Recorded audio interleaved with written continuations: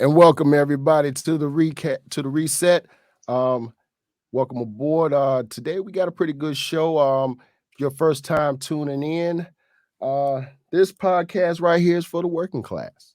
This podcast right here is to discuss socio-political issues that affect us. This platform form is to give voice to the working class because mainstream media they ignore us. They tend to promote the extremes of us, and even though we're the ones who keeping this country afloat, we don't have a voice there. But today should be a pretty good show for you. We got a very special guest, Mr. Casildo Casey Cuevas. He's a community activist out of Aurora, Illinois. And today we wanted to discuss the politics of Black and Brown. Um, Today we're going to touch base on some of the issues concerning the COVID-19 and how it's affecting our communities. We're also going to touch base on some of the political avenues that we can take. Um, Going to start the show off by first, Casildo. Why don't you introduce yourself to the public and tell us about who you are, what you do, what's going on with you, bro? Hi, thank you very much, first of all, for having me on here. And thank you for all the listeners, the millions and millions out there on Facebook. That's fine. That's fine. As my friend Mr. Clay stated, I am a community activist. Uh, I think since an early age, it was instilled in me to help others. My mother, my grandmother, my family, we always like to help. You know, when I was growing up, I remember growing up, I was small and I would see all these people at home, and I'm like, man, who are these people? And my mom was the type of person that, she would cook. If there was going to be 10 people, she'd cook for 20 because she would want 20 people there no matter what. So it's always been instilled in me to go that extra mile, help out wherever I can. And that's how I started to get involved quite a long time ago with community activism. I belong to a lot of organizations. I put on many, many, many hats. You know, the most important though one is the human race. And I think people forget that aspect of it, that we are one human race. No matter the color of your skin, no matter where you come from, we are one. And I think that needs to be said more often and it needs to be reiterated by a lot of people. I belong to many organizations such as LACLA, Labor Council for Latin American Advancement. We it's a labor union type of organization for the working people, the Latinos in the communities, but we're also doing immigration. We're also doing stuff for the environment. I've been twice to Washington D.C. with LACLA and our president Jose Acala, and we've been advocating for NEPA, the environment, because all those things that were put in place by previous administrations are being taken away. All the policies that have to do with the environment and everything, done, gone. Little by little, they've been chopping and chopping and chopping away at that stuff. And I think without protections for our environment, what future do we have for our kids? Yeah, yeah, you know so I think it's very important. Another organization that I belong to is the Aurora Hispanic Heritage Advisory Board, right here in Aurora. We're like the bridge between the city and the Hispanic community in Aurora. But more importantly, we try to help our community and reach out to us. It was founded in 2002, and the reason the Aurora Hispanic Heritage Advisory Board exists, their mission is to embrace and preserve and promote the heritage and contributions of the Hispanic community in Aurora. We do three major events throughout the year. The first one, which I'm very proud to say, is a community breakfast. Unfortunately, we couldn't have it this year because of what's going on. right. But this year, we're giving a record amount of scholarships to kids, $26,000. Wow. That's the most amount of money that this organization has ever given out to kids in our community from West Aurora, Wabansi, Nequa, East, all the high schools, even kids that are currently in college also. So we expanded it a little bit. So I'm very proud of the fact that we're giving out $26,000. I am the vice chair of the Aurora Hispanic Heritage Advisory Board. Our fearless leader, Hector Ochoa, is the chair, and Ariana is our secretary there. The other event that we have is Dia del Nino. We hold an event where we give out all kinds of stuff for kids, no matter who you are, any part of the city or even around the city. It's just an event for kids to come out and have fun. There's puzzles, books, singing, dancing, all kinds of activities, especially for the kids. And the third event that we do is Fiestas Patrias.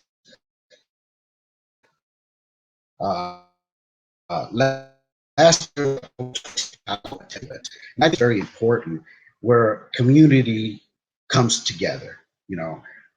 For the first time, I saw all walks of life going to that event because we offer food, we offered entertainment. First couple hours were free to get in, and then we were charging $5 a person. But the lineup of entertainment we had, you cannot buy nowhere for $5. I I guarantee. heard that. I heard that, man. That's that's what's up, man. I really like to hear about organizations that do reach out to the community and try to and involve the community as well. We need we need more of that.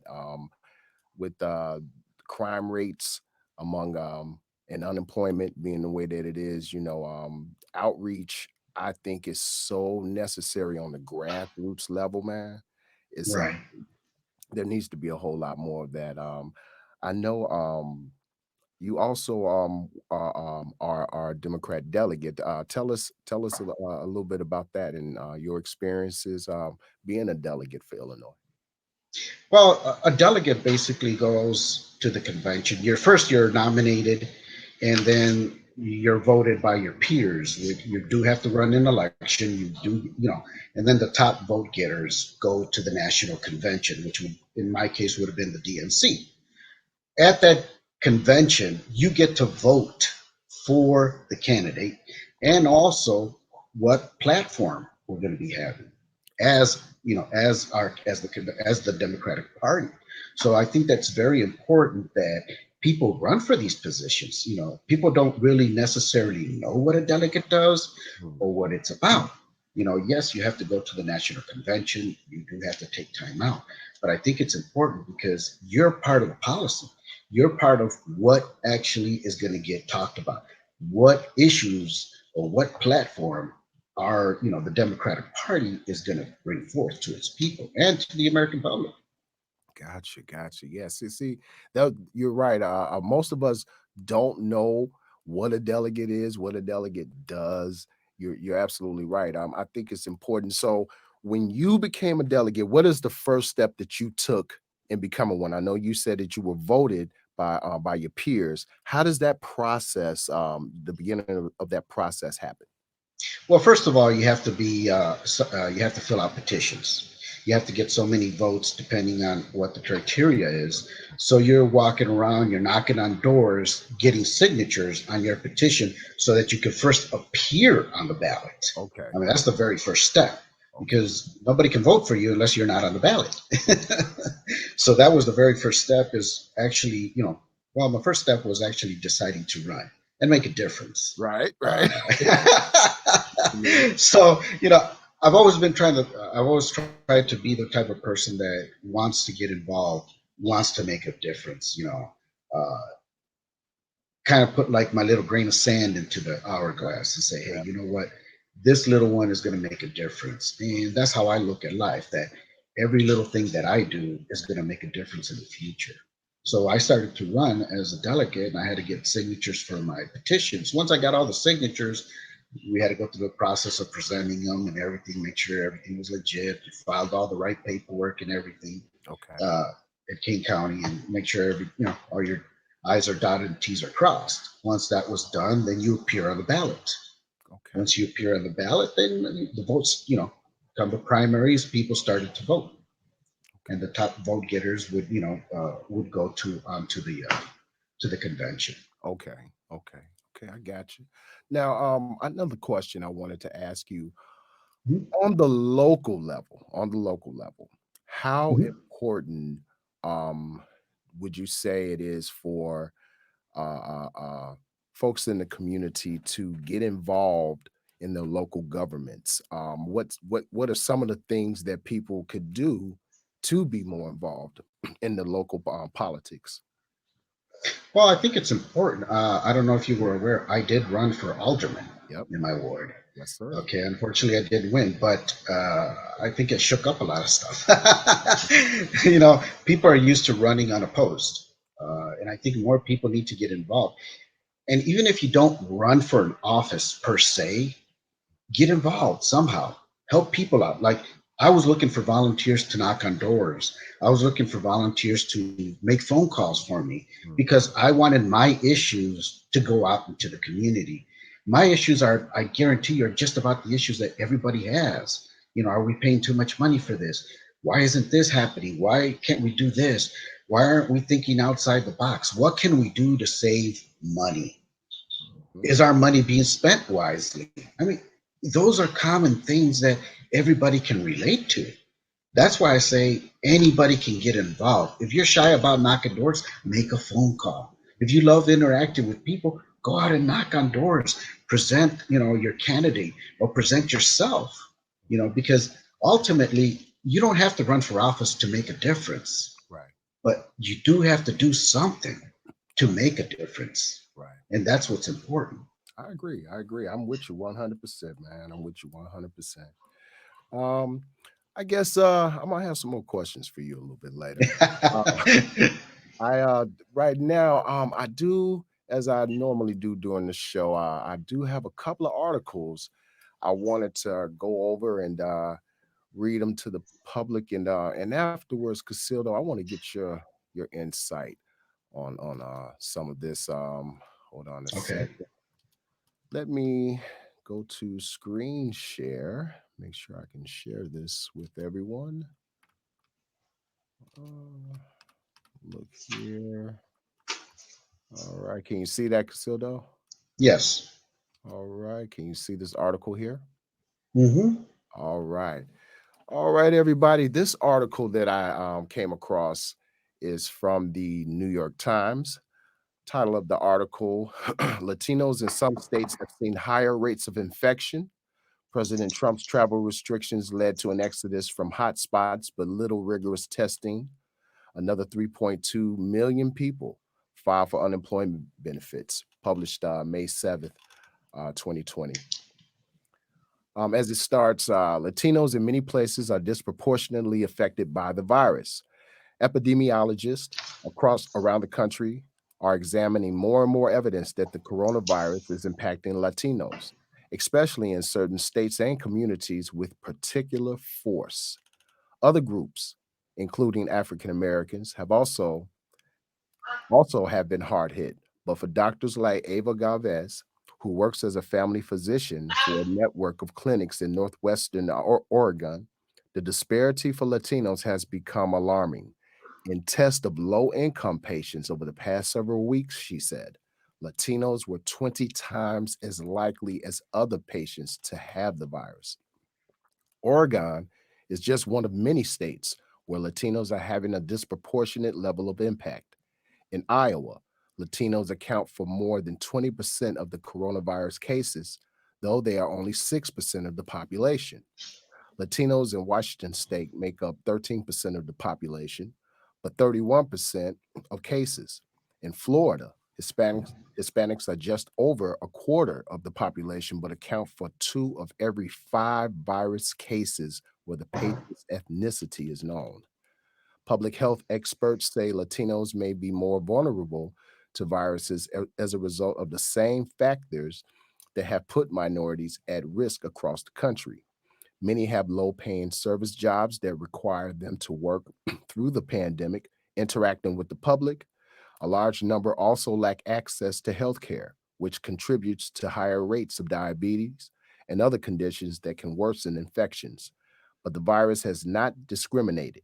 Its effects, experts said, had been seen among both immigrants and Latinos from multi-generational American families. And if anyone wants to read the rest of this article, again, it's on the New York Times. Name of the article is Latinos in Some States Have Seen Higher Rates of Infection, published May 7th, 2020. Let me go back to StreamYard here. Okay. And as we read in the article, Black folks, brown folks, coronavirus kicking our ass. And That's putting it mildly. and you know, it looks like for a lot of the same reasons it's affecting the Black community, man. In our community, um, aside from the conspiracy theories that are out there, what a lot of the medical experts are seeing is that factors like pre-existing conditions, particularly among Black Americans, we suffer from high rates of hypertension, heart Hmm. disease, diabetes, and those people that have uh, um, um, been infected by the coronavirus, the medical difficulties that they're facing are compounded by these pre-existing conditions. The rate, the rate, the the number of cases of coronavirus among the Black community in part is also because of the way we live. Black folks, we tend to live multi-generationally, meaning, Right. we'll have the grandbaby there, the mom there, uncles and aunts and grandma and granddad, everybody in one household. So, Uh, unfortunately, with this virus, we see that it affects the elderly the worst because of their weakened immune systems. Um, in the Latinx community, what would you say are some of the contributing factors that you've come across or you've heard about in your research into this coronavirus? um, there's another organization that I talk to on a daily basis almost, and they're out of DuPage, Okay. one of the hardest hits, and it's mostly Latinos out there. Mhm. And one of the big factors, like you stated, family, generations living within close to each other. We're like I stated earlier, my mom cooks for 10, wants 20, you know. Um, we're the same way. Latinos are very tight knit family members where different generations are always together. We tend to stick together. But one of the other big factors that I saw and looked at was, you know, the Latinos are doing a lot of the jobs. People of color in general are doing jobs that nobody else wants to do, Right, right, and the employers are not being as careful with their employees. They're not providing, the PPE, the masks, the gloves. right. You know, we've been reading about, all these meat packing places and Yeah, stuff like that. yeah. They're mostly Latinos working in there. Mhm. Okay. And they got them standing next to each other, no mask, no nothing. So in areas like that, yes, they're going to be more infected because why? We're underprivileged. Yeah, Okay. We're not being taken into consideration as being human sometimes. Corporations, businesses are looking at us at a dollar. No, they're not looking at us as humans. They're mhm. looking at, okay, what can this person produce or how much can this person make me? Right. They're not looking at, oh, we're going through hard times. Let me give them a raise. Have we ever read that a Uh, company is saying, oh, you know what, the meat packing, they're essential because without them, we're not going to have food. right. Let's give them a raise. No, it's not happening. You Mhm. know, it's the quite opposite. People of color are being put in a position where they're more vulnerable to get this COVID. And that's the reason why people of color, Hispanics and blacks are getting this virus at a higher rate Yep, than any other. yep. How many Hispanics and people of color you seen protesting at the state level? Right. None. I didn't see any of us out there. You know, You know, you might see a couple, but you're not seeing the groups. correct, Okay, correct, because correct. they're out there, they're worried about how can I bring home the bacon to Yes, my family, yes, what can I do to maintain a family. yes, Now gotta put this also, sometimes as a family person, a Hispanic family person, speaking from experience, sure. I not only take care of my family, okay, I like to take care of the family I have back in Mexico, Mm, my wife's family on mm, her side, the family on my side. You mm, know, I'm always looking to see how can I help them. You mm. know, because I know they are not offered the same luxuries that Right, we have right, here. correct. So I'm always looking, hey, you know what? Hey, $50 here, $50 there, 20 here, 20 there. It makes a difference to them. Gotcha. Hmm. You know, we go and spend $20 on, you know, a couple drinks. Right. You No. know, whereas they take those $20 and makes it last for a couple of days worth of food. Right, right, right. So, you know, that's the other thing. You know, we're willing to do whatever it takes to take care of our family, but we're also taking care of other families. And that's an important factor that a lot of people don't realize that's happening. That's true, man. I mean, yeah, I mean, that is definitely, Casildo, what our two communities definitely have in common. We take care of ourselves, our neighbors, and our families. It's definitely more group in that way. We have to have each other's back. You know, I mean, no one else will. Um, Right. Another question for you. I noticed in the Black community, there has been uh and deservedly so, doubt for the government, the way the government has handled this whole pandemic, and entities within the government like the CDC, um, suspicion that they are not on the up and up with the American public, suspicion that there's all kinds of theories out there, and they're very prevalent in the Black community. So much Mhm. so that, I read a lot of comments about how, there's major resistance to, not only, a potential vaccine that could, be created to, help alleviate this pandemic, but also even the Mhm. testing, just the testing of it, to see if one has it or not.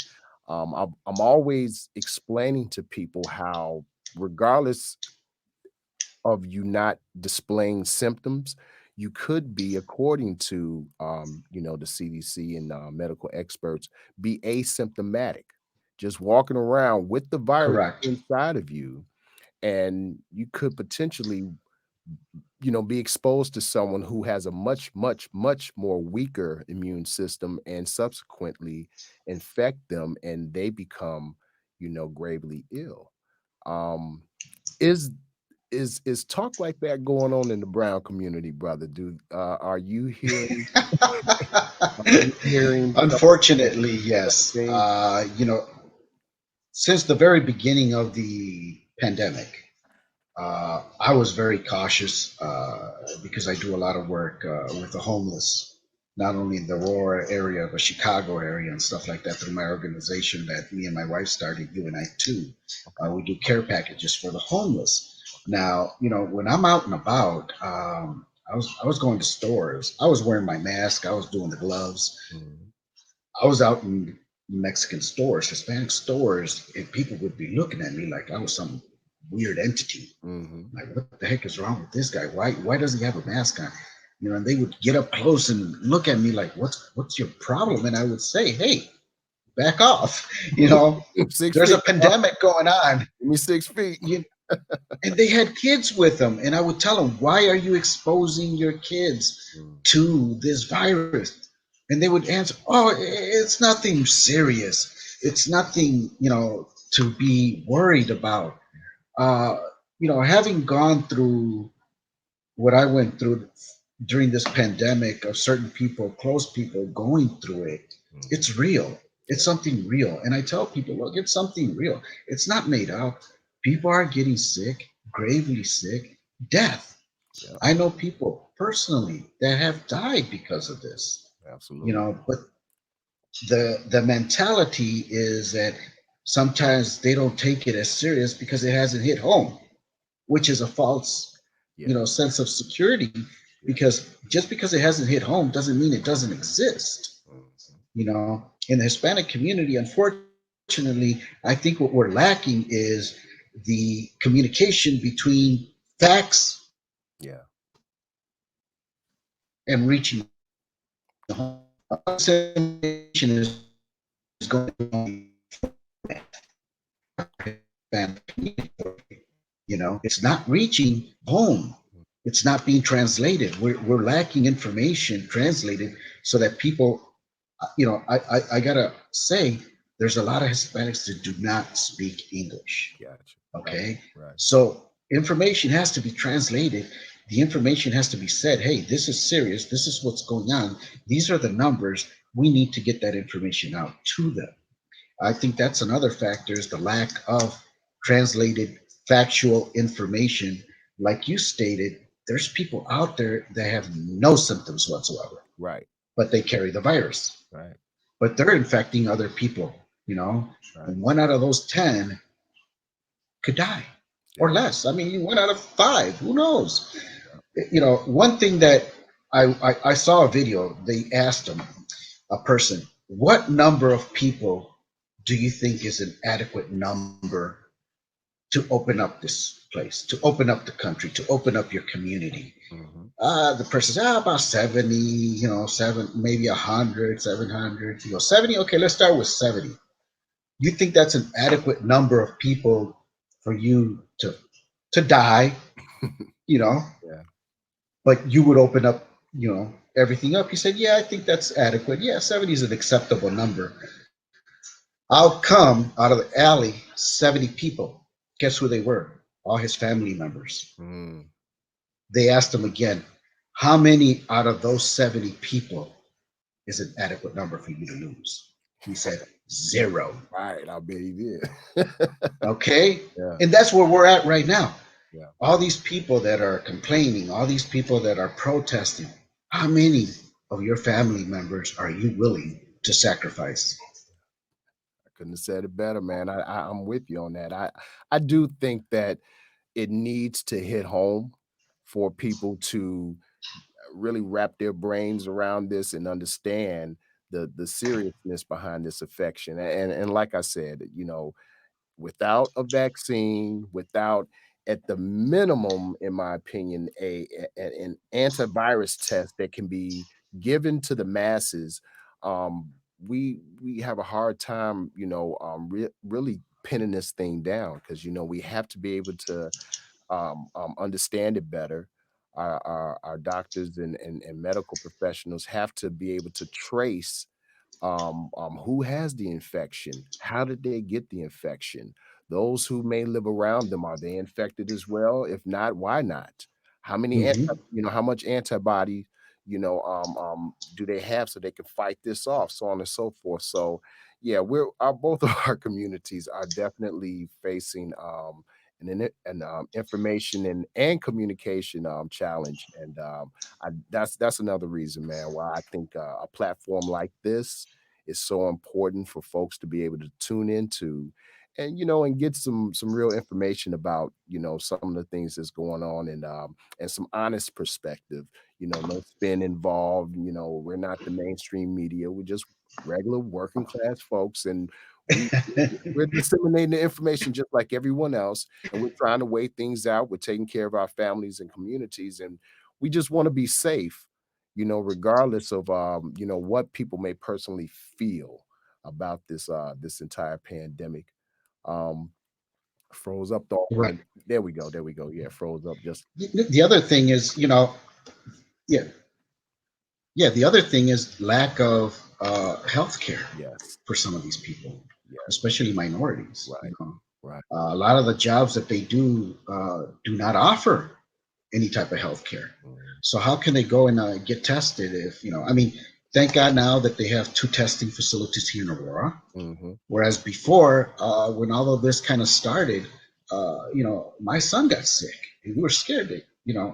he had no way of getting tested. He had all the symptoms. Mm. And doctor said, more than likely, you probably do have it. Go quarantine yourself.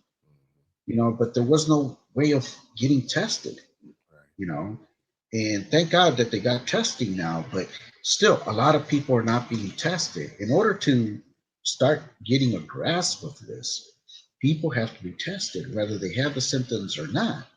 Because if they're asymptomatic, they could be infecting other people, not even knowing it. That's right.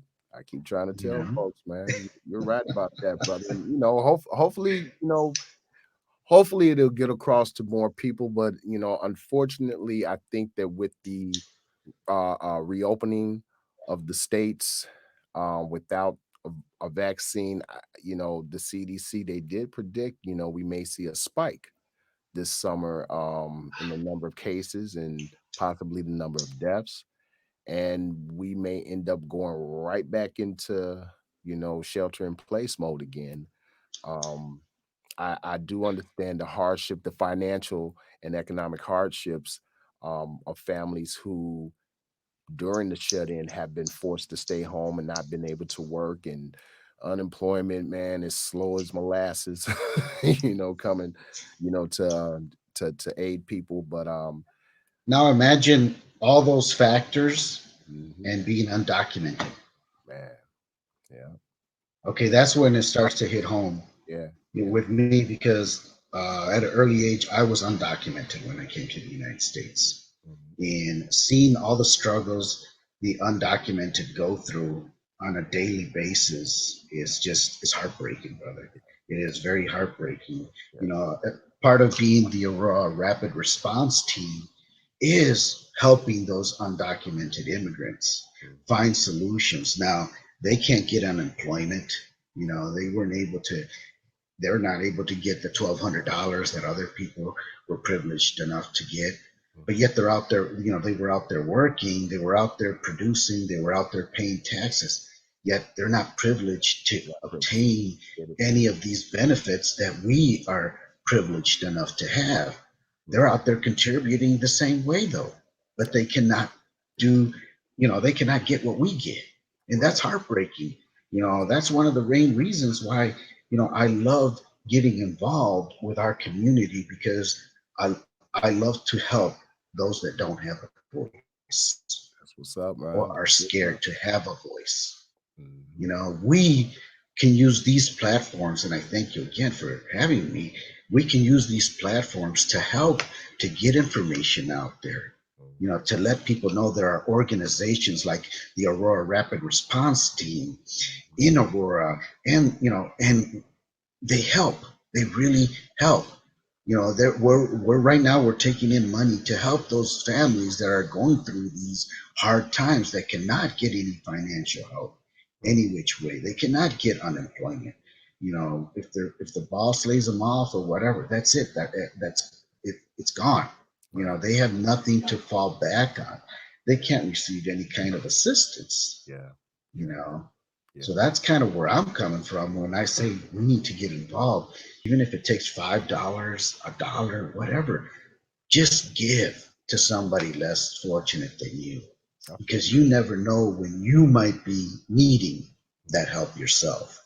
that is so And true. That is so and I always believe that if you give, tenfold comes back at you, or 110 fold comes back at you. That's right, brother. That's right. That's what's up, man. I mean, I'm with you on that. I mean, the less fortunate we do, those of us who have, a little bit extra, if you will. I don't like to use the word extra, but uh,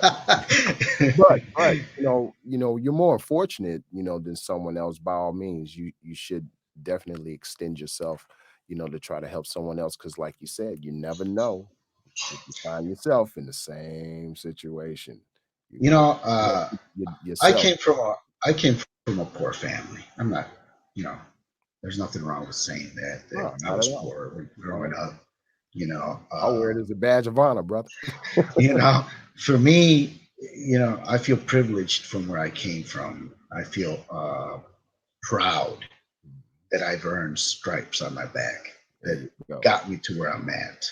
There you go. I feel that I wouldn't be the person I am today if I hadn't gone through what I went through. Mhm. The steps, the the poverty, being born in Mexico, coming here at a very early age, the struggles, not knowing a lick of English. Right, I right. still don't know a lick of English, but that's another point. Look, I was born here. I don't know that. No, but people are trying to learn English nowadays, and they speak with an accent, Mhm. and they get treated like second-rate citizens. That's Yes, not correct. yes.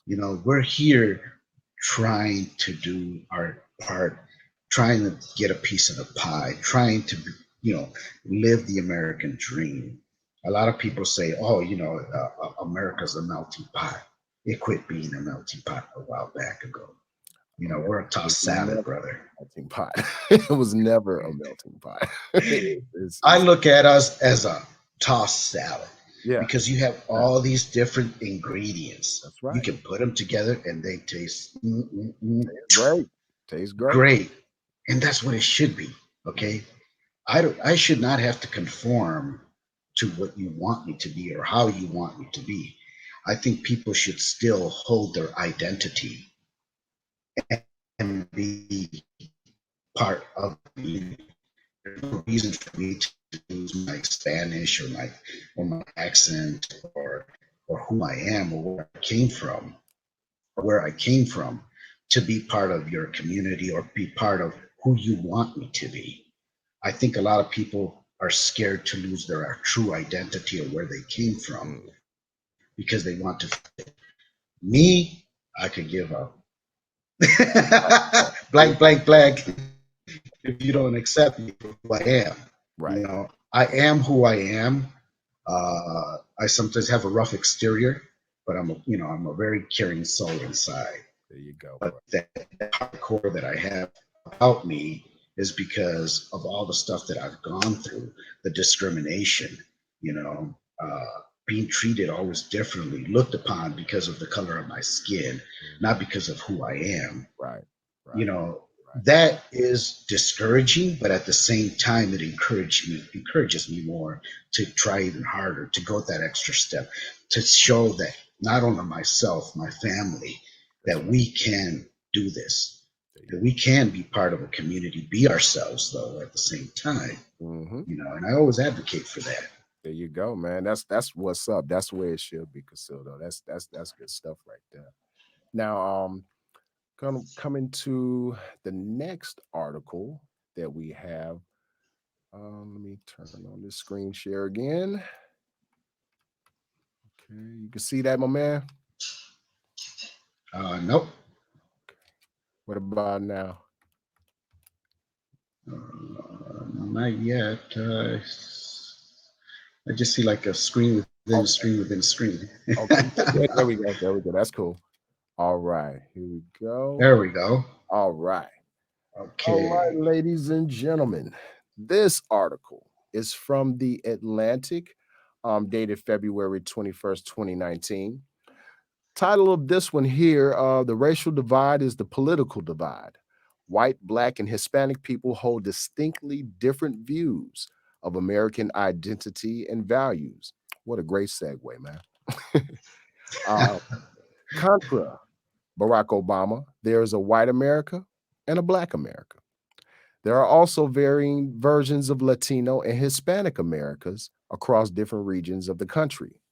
There are robust, enduring differences in belief across races and communities about just what America's identity should be and how politics are experienced. And they in turn create the political reality of the country. Partisan politics arise from these differences and exploit them.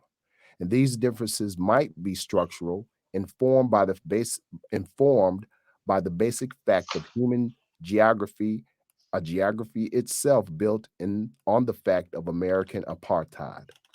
A new poll conducted by the Public Religion Research Institute and the Atlantic delves into these differences and finds distinct racial outlooks on the most fundamental issues of American identity and values.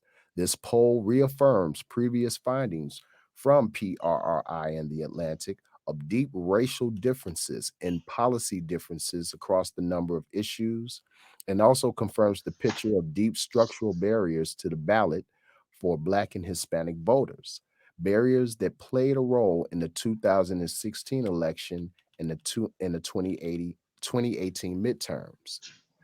The PRRI Atlantic poll, a random survey of slightly more than 1,000 people taken in December, reveals major differences among racial groups on some of the basic questions about what makes America America and what makes Americans so.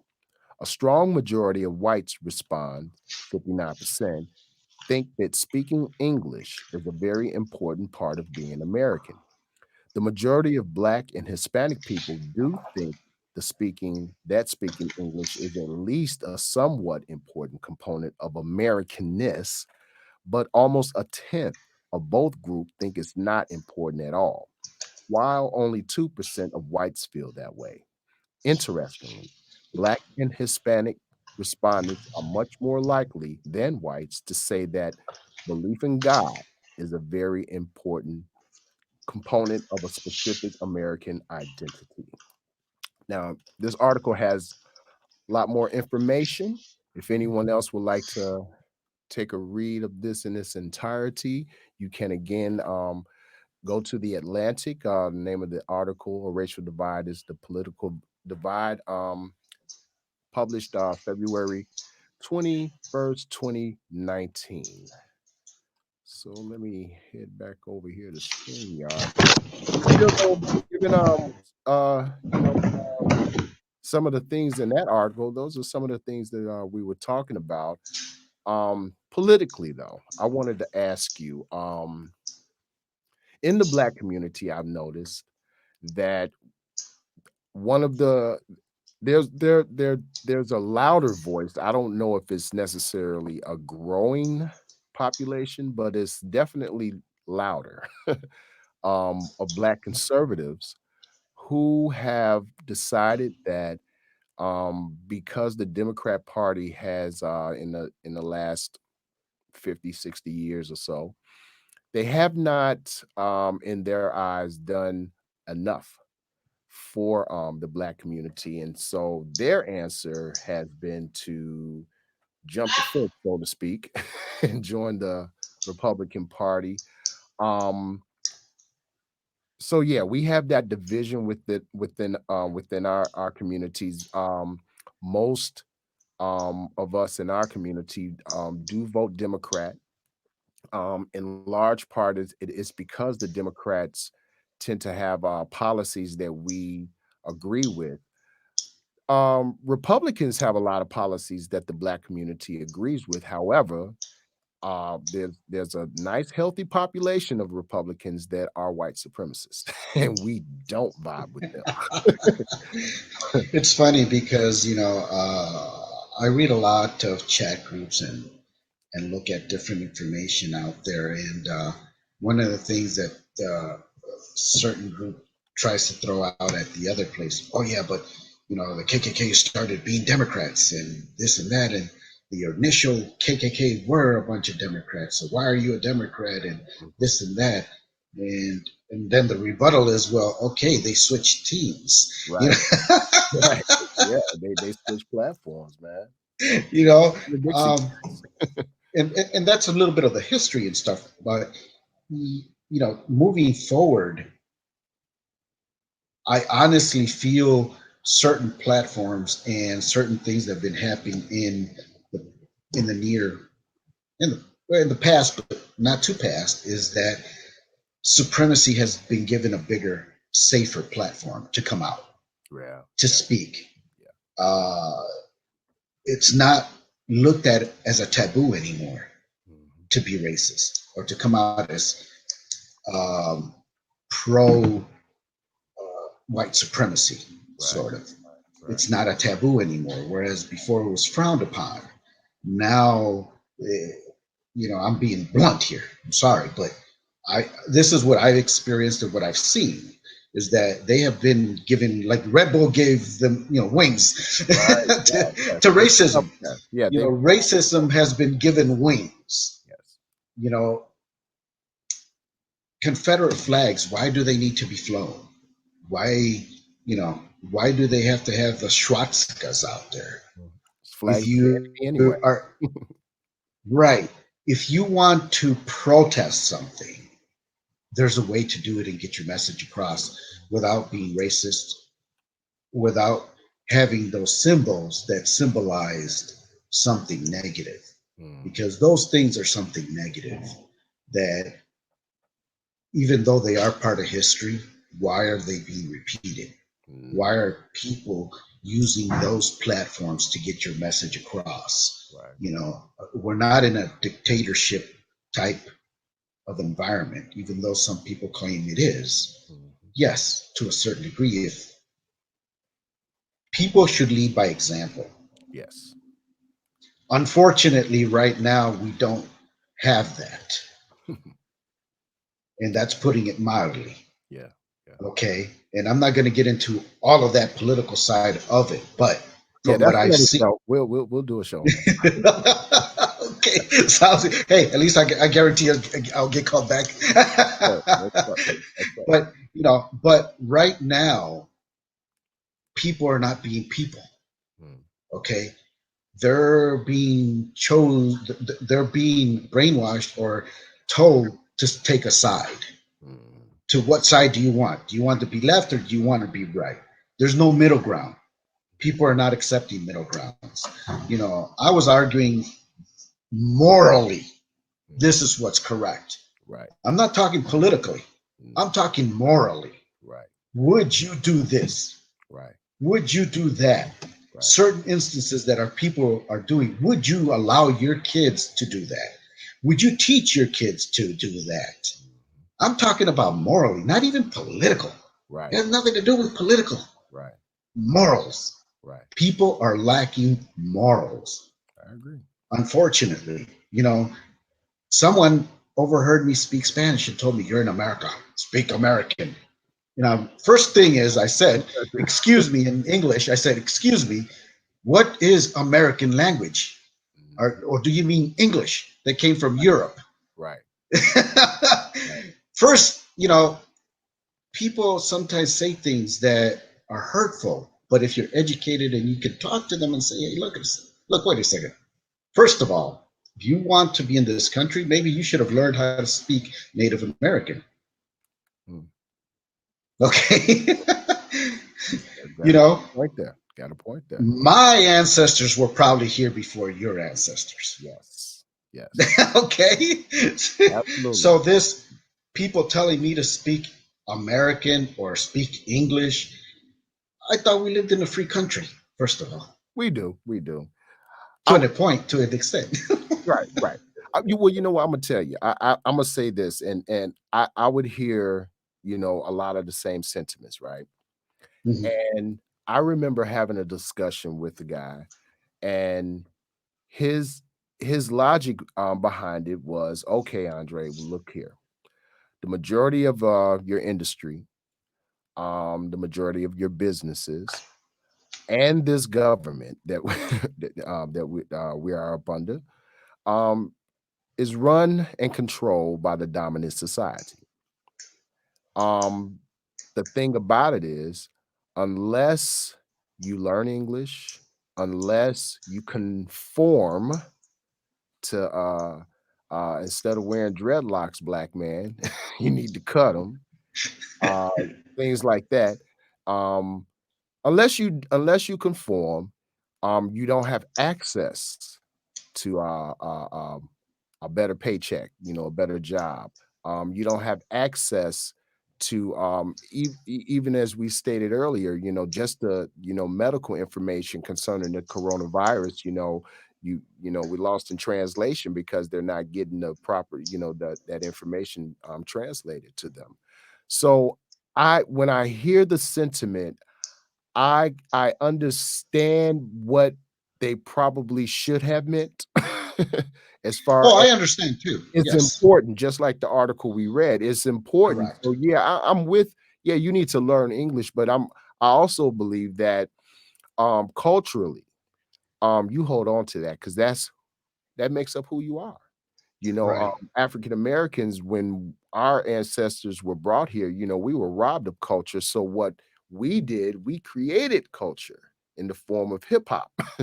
And but anyone else, coming to America from a different country, I don't see any reason why they shouldn't be able to hold on to aspects of their culture, their language, their religions, so on and so forth. I think that if your actions do not impede on the rights of another individual, shut up. Leave it, leave it alone. You know what I mean? It's not any of your business. So, Right.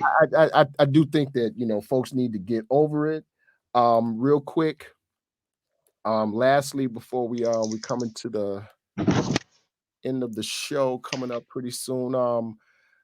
Real quick. When it comes to stereotypes that some of the American society have um about immigrants, and you and I have discussed this before, the accusations of, oh well, they come here, they uh, um they don't pay any federal taxes, Which is a they big don't lie. contribute, and I'm going to give you a chance to speak on some of that. Let me see, what's another one? They don't contribute to society. A lot of them are criminals. Now,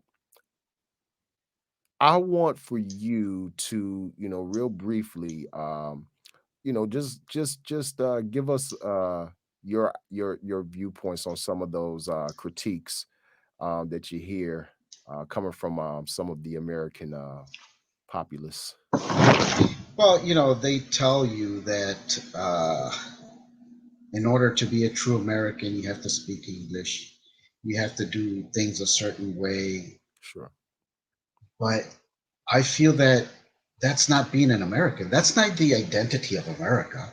Mhm, America was founded by immigrants on the backs of immigrants, on the backs of unfortunate slavery. mhm. And we do not get the respect that we deserve.